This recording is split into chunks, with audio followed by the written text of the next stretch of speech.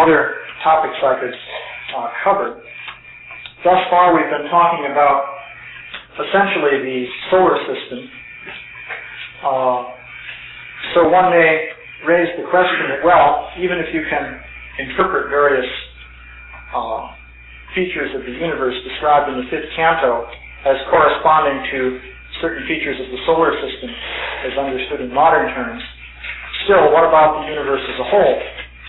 Because the Brahmanda described in the fifth canto is supposed to be the entire universe, and yet according to modern science, the universe as a whole is utterly enormous. It extends out for it's like 20 billion light years or so if you go out to the quasars. So what can one say about that? So there's a chapter in the book here, chapter 7, in which I discuss modern cosmology. So I thought I would go over that.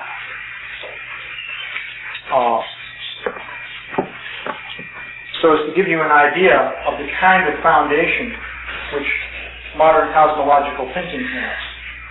Now, in this chapter, I only discuss one particular aspect of modern cosmological theory, although it is an important aspect.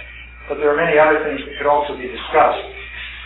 So what I'm talking about there is the idea of the expanding universe. So probably everyone has heard of this concept that the universe is expanding. This is connected today with the Big Bang theory of the universe.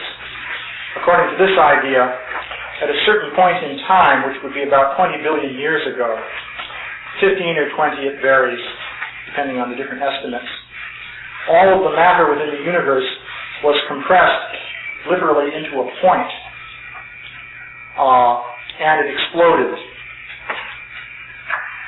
What this means, in effect, is that there was a mathematical singularity at the beginning of the formation of the universe. Because when everything is compressed into a literal point, then all the mathematics breaks down. The laws of physics are no longer meaningful. So in mathematics, that's called a singularity. So the idea is that somehow or other, beginning with a singularity, everything expanded out. And initially, as the expansion began, the universe was in the form of a superheated plasma of subatomic particles with a temperature of billions and billions of degrees.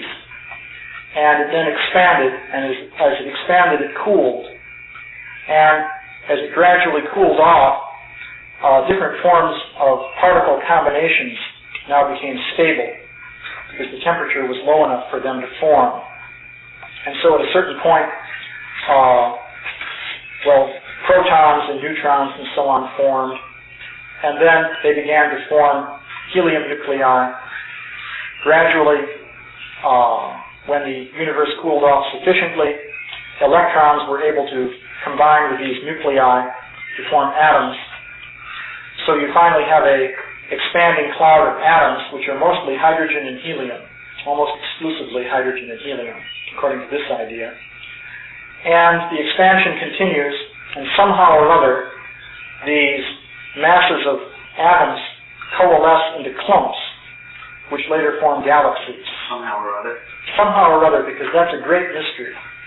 No one has yet even come up with an even partially adequate theory of how that is supposed to happen. It's a real problem because the expansion tends to drive things apart, and yet gravity has to be able to take over and pull them together into clumps. And all of the models people have tried to make for this thus far have failed. In any case, somehow it's supposed to happen. So galaxies form initially as clouds of gas.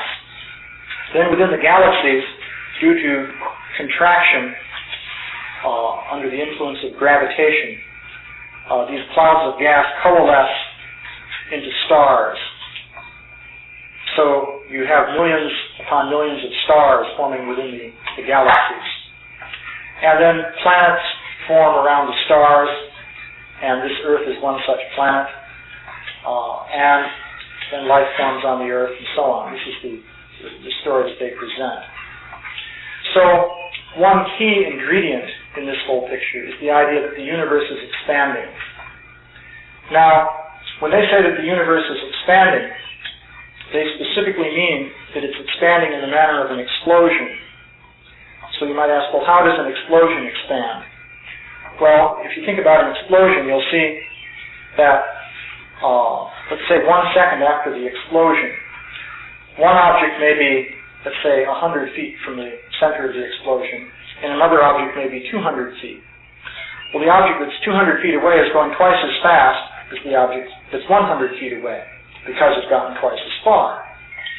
So, in an explosion, the rate at which an object is moving away from the center is proportional to how far away from the center it is. That's the basic rule. So, it is claimed, on the basis of observation, that the galaxies in outer space are moving apart from one another at a rate which is proportional to how far away they are from one another. From our own point of view, that means all the galaxies we see out there, on the average, are rushing away from us. Among nearby galaxies, there are some exceptions to this. But on the whole, as you go out, the idea is that they're all rushing away, and the further they are, the faster they're going. So this is related to a method for determining the distances of galaxies. And according to this method,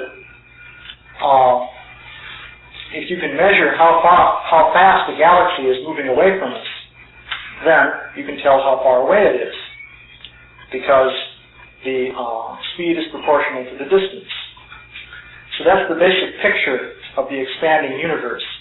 The Big Bang Theory is based on this, because if it's true that the universe is expanding as though it were an explosion, then you can argue, well, maybe it really is an explosion. And in that case, at some point in time, it would have been compressed into a small volume from which it exploded. So that's how the argument goes. Yeah? I hate to harp on this point, but the universe as a whole is expanding according to modern idea. But there's still these localized areas of contraction within the general expansion that are stars and galaxies and whatnot. Right. That's what they'll propose. With no explanation as yet. They cannot explain as yet how those contracted regions got started. You see, once you have local contracted regions, then you can see why they should remain stable, because gravity keeps them clumped together, and then the clumps just continue moving apart from each other. But the problem is, say, an elastic sheet, and you're stretching it. The elasticity represents the force of gravity that tends to pull things together. So you're stretching it. What would cause the elastic sheet to break into little clumps, which would then contract? Well, you might say, well, maybe it rips in certain ways. But you have to explain how it would rip in such a way as to form clumps of one basic size. If you actually take a sheet of elastic and do that, you may get it to break, but it'll probably tear in one place or something like that. The question is, how do you get it to tear into a whole series of roughly equal fragments, evenly distributed across the whole elastic sheet? The galaxies are more or less uniform in size? More or less. There's considerable variation, but still, they're more or less. It's just like people. Right. There's a considerable range in size if you look at people, but still, there's a certain basic human size. So it's like that with galaxies. Is their distribution in space more or less equal, or... Well, people used to think that their distribution in space was pretty uniform, not perfectly uniform.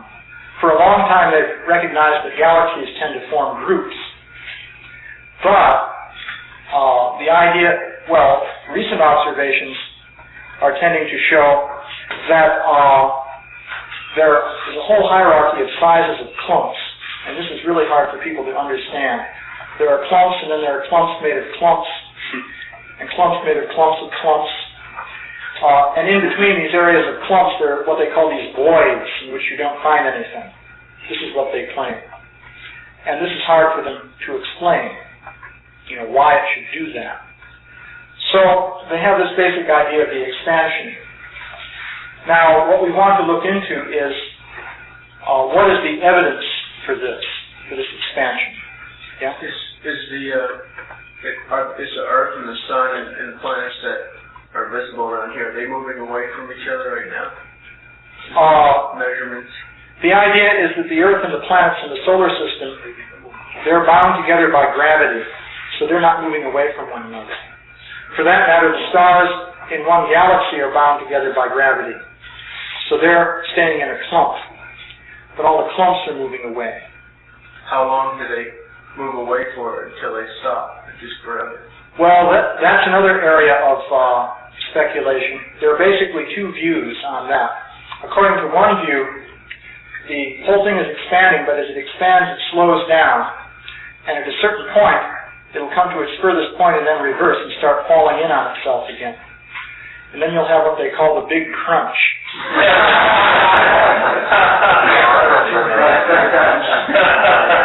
So the Big Bang is followed by the big crunch. Yeah? Didn't you say that the Vedas don't talk about gravity at all? No.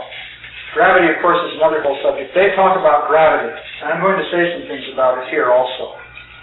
The other theory that they have is that the expansion just goes on forever. According to that theory, our ultimate fate is that as the galaxies go expanding out, gradually all the suns will die out, they'll burn up their nuclear fuel, and be reduced to black, cold embers. And everything, all temperatures will gradually fall down to absolute zero. And all you will have will be a few, black rocks hurtling through the void forever. Wow. And this is the future. Yeah. How is this big crunch theory? How does it? What does it do with the principle of entropy? Everything seems to be, when it all crunches back together again, it seems to have the same. It would no longer be random. Yeah, there are great problems with the laws of thermodynamics when you apply them to the universe as a whole. Yeah. The whole idea of the second law of thermodynamics, entropy and so forth, practically you sort of have to restructure these laws when you talk about the universe as a whole. And there are different theories that people have. So that's another whole area of theoretical. They just say that it doesn't apply. They just say entropy doesn't apply in that case. Well, yeah, there are. One idea is that the entropy does get reversed. You do go back to a state of greater order. When it turns around, the direction of time shifts or something. Not exactly that. There are different theories. You see, entropy is a very artificial concept anyway. Yeah. It's only introduced into physics by postulating very special initial conditions, because the laws of physics are time reversible. And entropy says you have entropy increase says you have irreversible processes. So how do you have irreversible processes if the basic laws are time reversible? So the way they get around that is by postulating very special initial conditions. So there are many topics to go into there. That gets very complicated, and it's really in the area of theory. So what I wanted to talk about was this question of, well, why do they think the universe is expanding anyway? What's the basis for that? Yeah. How is a galaxy defined? Well, it's basically defined on the basis of observation. Through telescopes, you see these little glowing patches in the sky. Initially, they were called nebulae, which means clouds. Now they're called galaxies. So they observe these and they speculate about what they are. So their present idea concerning what they are is that a galaxy is a huge cloud of stars and gas floating in a region in which you don't have so many stars and gas, and as much gas. So that's what they think it is. Yeah? Can the individual stars in the galaxy be resolved on present telescopes? They can be in the Andromeda galaxy. That one is the closest galaxy to us, according to them. I think it's about 1.5 million light years away. So at least for that one, they have direct sensual experience that it's composed of individual stars. Right. More or less like what we're supposed to be in now. Yeah. you can see the stars there. I've seen photographs of the stars in Andromeda.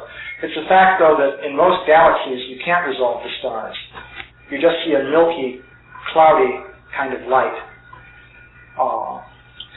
So I should point out, by the way, that you've probably seen pictures of what galaxies look like. Usually the picture you see most frequently is of what they call a spiral galaxy. It looks something like that.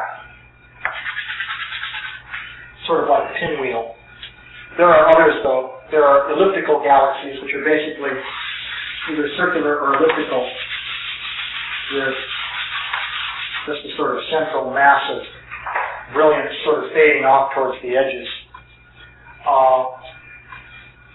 You will see descriptions to the effect that we are in a galaxy like this, and the sun is out on the edge of one of the spiral arms like that. The point should be made, though, that no one sees that with telescopes.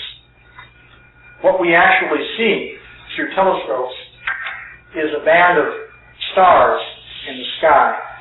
And that's actually, if you want to see what that's like, if you look in this, on page 60 and page 61, you can see the Milky Way as it actually looks in the sky. It's a bit dim on these pictures, but you can see it. In figure 11, you see this band here? That's the Milky Way. And in figure 12, it's a little bit hard to see, but I think it must be this band right here. Yesterday was really good. I was there. Yeah. So it's interesting, by the way, that according to Vedic literature, the Milky Way corresponds to the celestial Ganges. So that is described. So it's a more concentrated area of stars. Yeah, the Milky Way is a more concentrated area of stars. That's how it actually looks.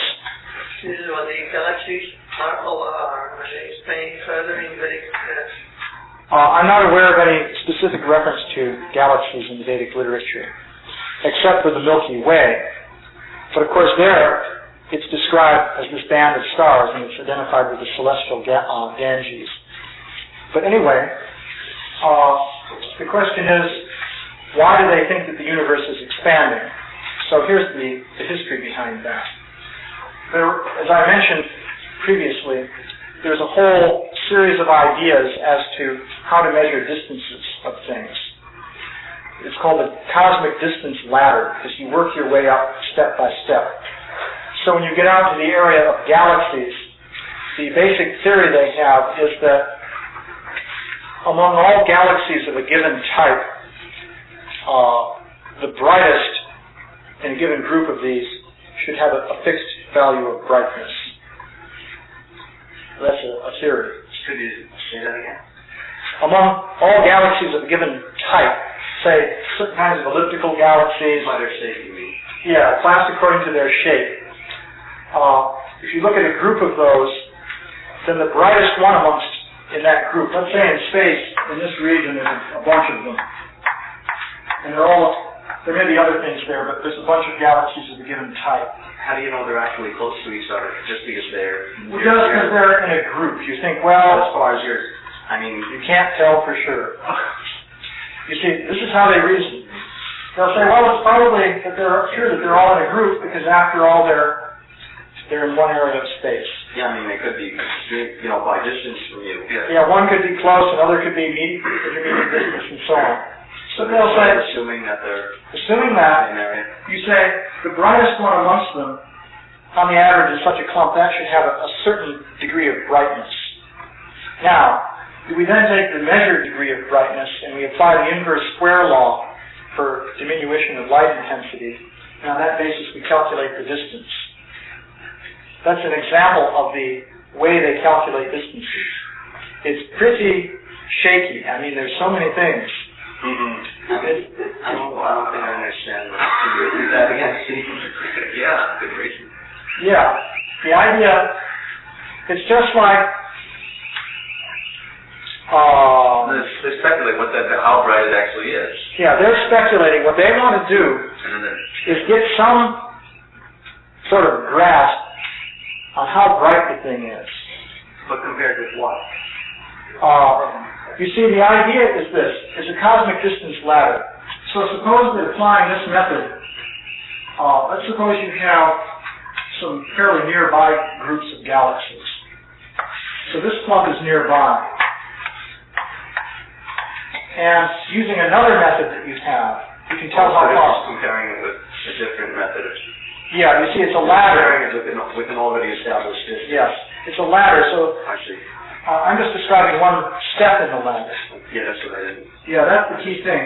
So if you've already figured out the distance of this group, one way in which they do that is to use what they call Cepheid variable stars.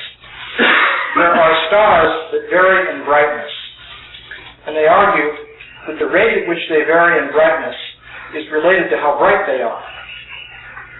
So you can do a curve in which you have here a rate of variation, let's say. And here you have brightness. Meaning how individual stars will vary in brightness over a period of time? Yeah, these stars have the property that they get brighter and then dimmer and brighter and dimmer in a cycle. And the rate at which they do that is related to how bright they are. This is their idea. By some curve, maybe it's like that.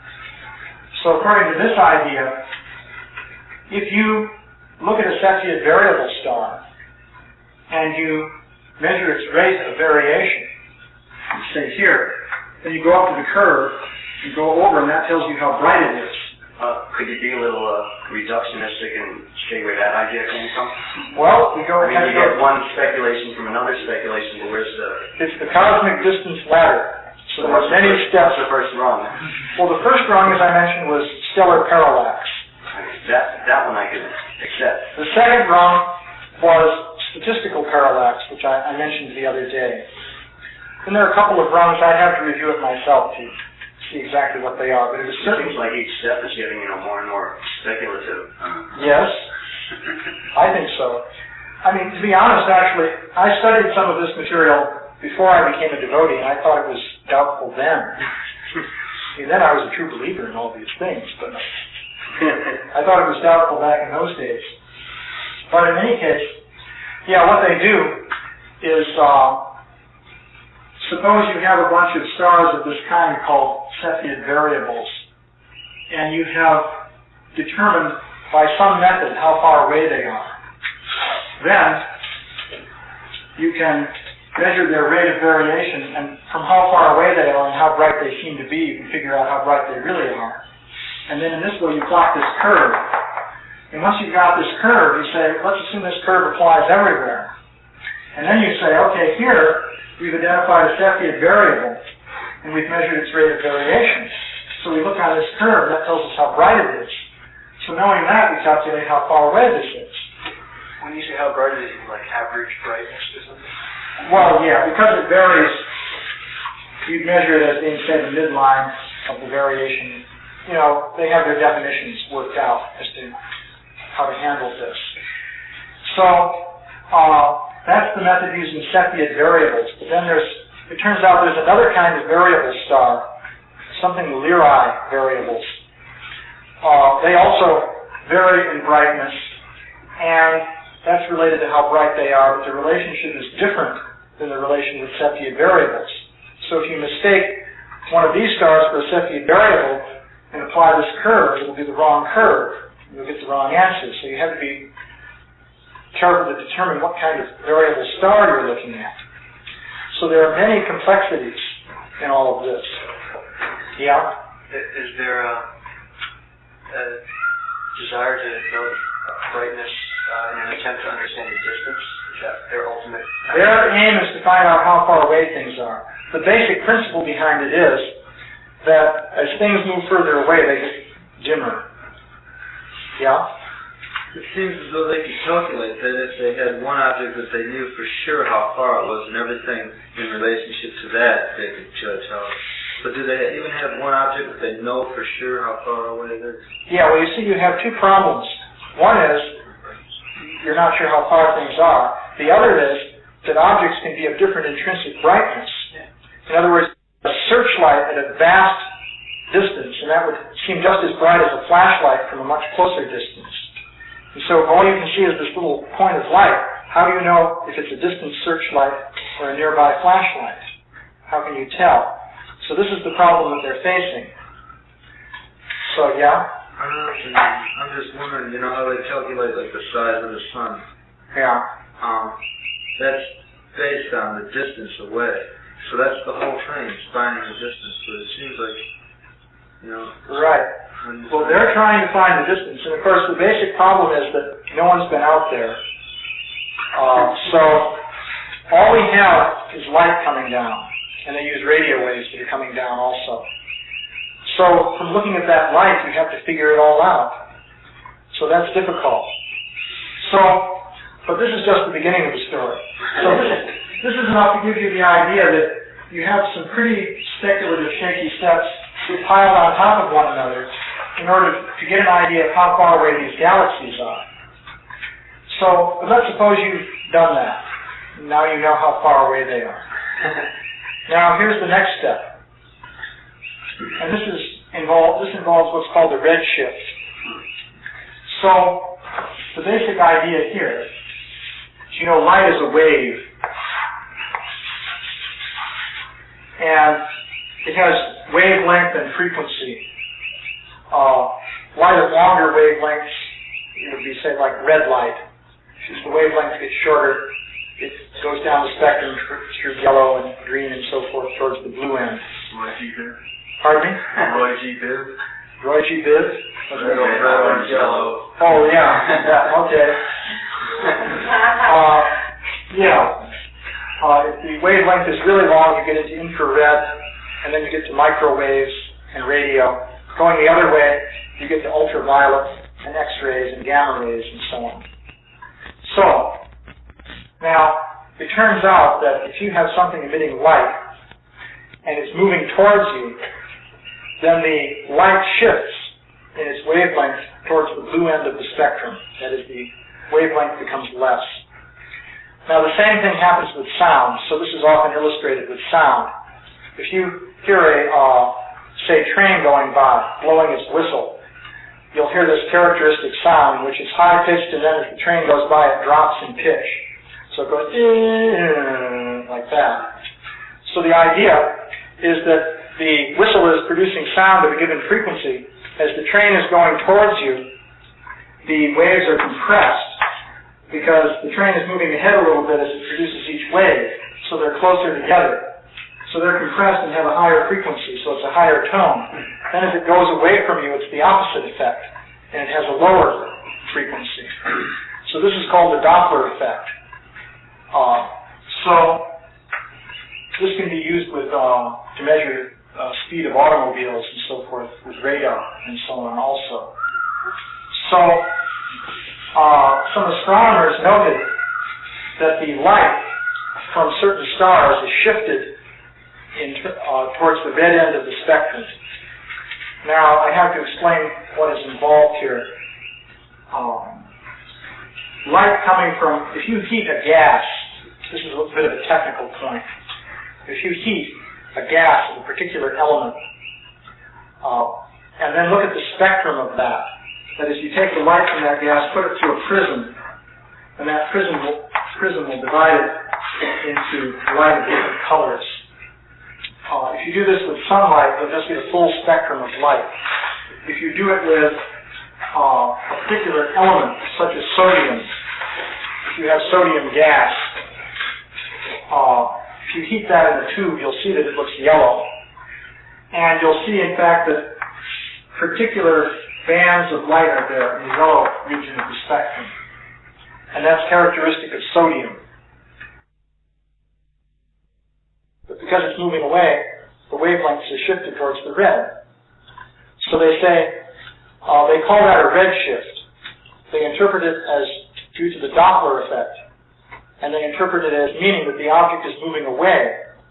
And the greater the degree of shift, the greater the velocity with which it's moving. Yeah? At what speed does this become noticeable? Presumably it's a lot bigger than with sound waves. Yeah, it has to be bigger, but it depends on the sensitivity of your measuring apparatus. If something is moving away from you at velocities in the rate of miles per second or kilometers per second, it's easy enough to measure. A few miles a second? Yeah, a few miles a second, you could easily measure it. But this is totally a relative picture, isn't it? Yeah, I'm just describing the idea of measuring the speed with which something is moving along your line of sight based on this idea of the shift of the spectral lines of the light. Because the whole expanding universe idea depends on this. Apart from this, there's no basis for the idea of the expanding universe. So I'll explain why that is. So, given this basic idea, some people began to observe different galaxies. And they said, well, it seems that the further away a galaxy is, based on our method of measuring distances, the greater the degree of redshift in the light from that galaxy. There was a fellow named Hubble who originally came up with this idea. In the 1930s, he measured distances and redshifts of many galaxies.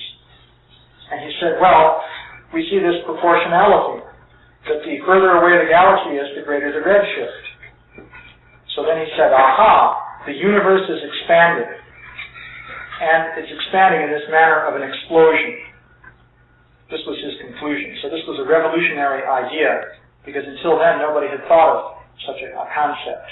Yeah. So this redshift idea is sort of like the last rung on the ladder of measuring distances. He compared this with previous.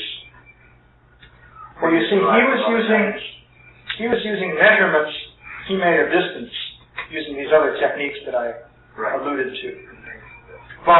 And then he began observing the redshifts, and he said, well, there's a correlation. Now later people said, aha, there's this correlation. So therefore, if we want to measure the distance of something, it becomes very easy. We just measure the redshift, and we know this correlation between distance and redshift, so we can get the distance.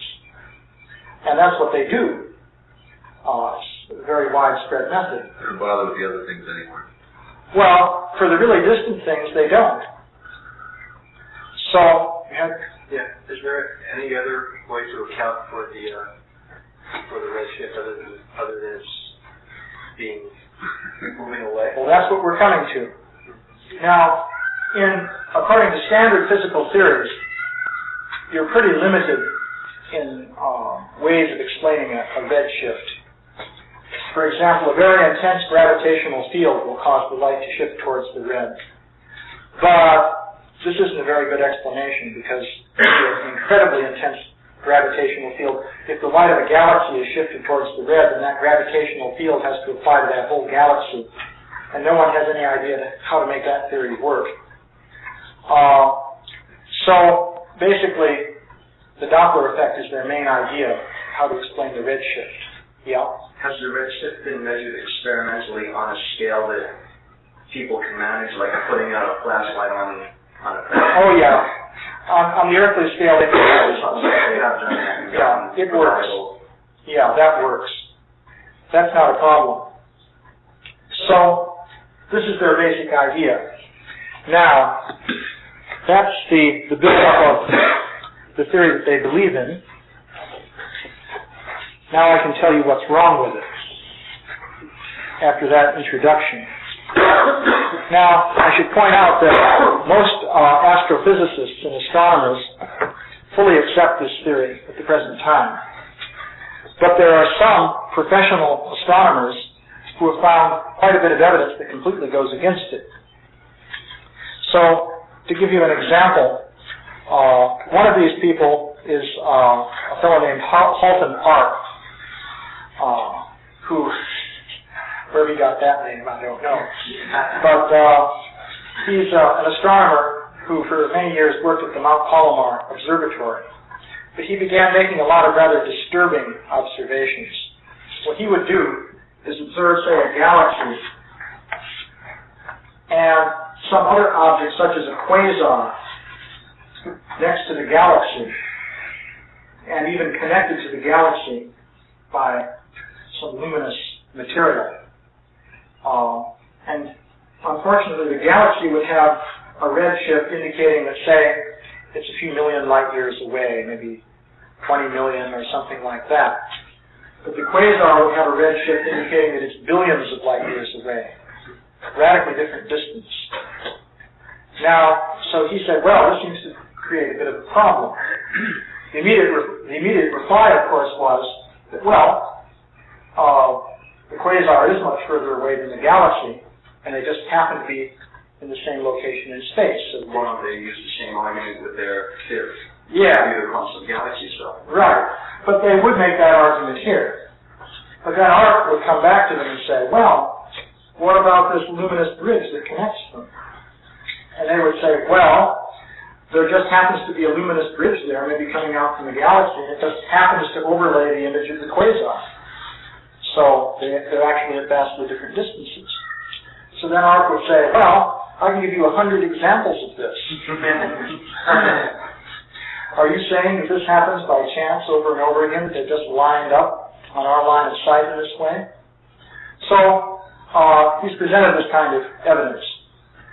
Basically, this would seem to indicate that you can have redshifts that are not related to cosmic distance, because if his argument is correct, both the quasar and the galaxy are at nearly the same distance, being physically linked, and yet they have completely different redshifts.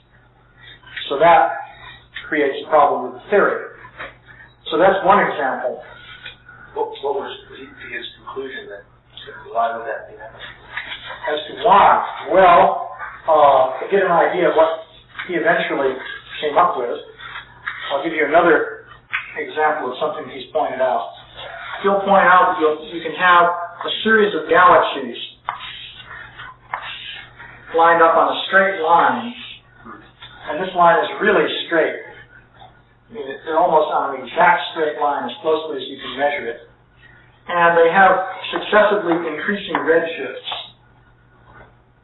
And he'll give quite a number of examples of this phenomenon. So he'll say, well, how are we to explain that? And he proposes, well, it looks as though one galaxy is emitting another galaxy, which is in turn emitting another galaxy. Galaxies are shooting out galaxies, and when they first come out, they have a higher redshift. This is how he interprets it. Now, that would be bizarre, because if galaxies are clouds of gas and stars, then how does one galaxy emit another galaxy? How can one clump of stars and gas throw out another clump of stars and gas? And why would the redshifts be there? So, this would indicate, his interpretation would require some kind of radical revision of our ideas of galaxies. But worst is yet to come. I'll try and sum this up quickly. We're running out of time. So, these are some of the observations of Art. Then there's the fact that the Hubble's constant, the relation between redshift and expansion and distance, is called Hubble's constant. And Hubble's constant has varied incredibly over the years. It's had values ranging over... Is that so constant? Well, some people have called it Hubble's variable.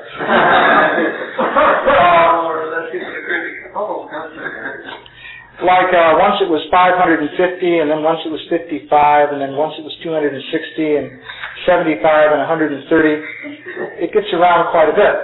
But that's not the worst thing.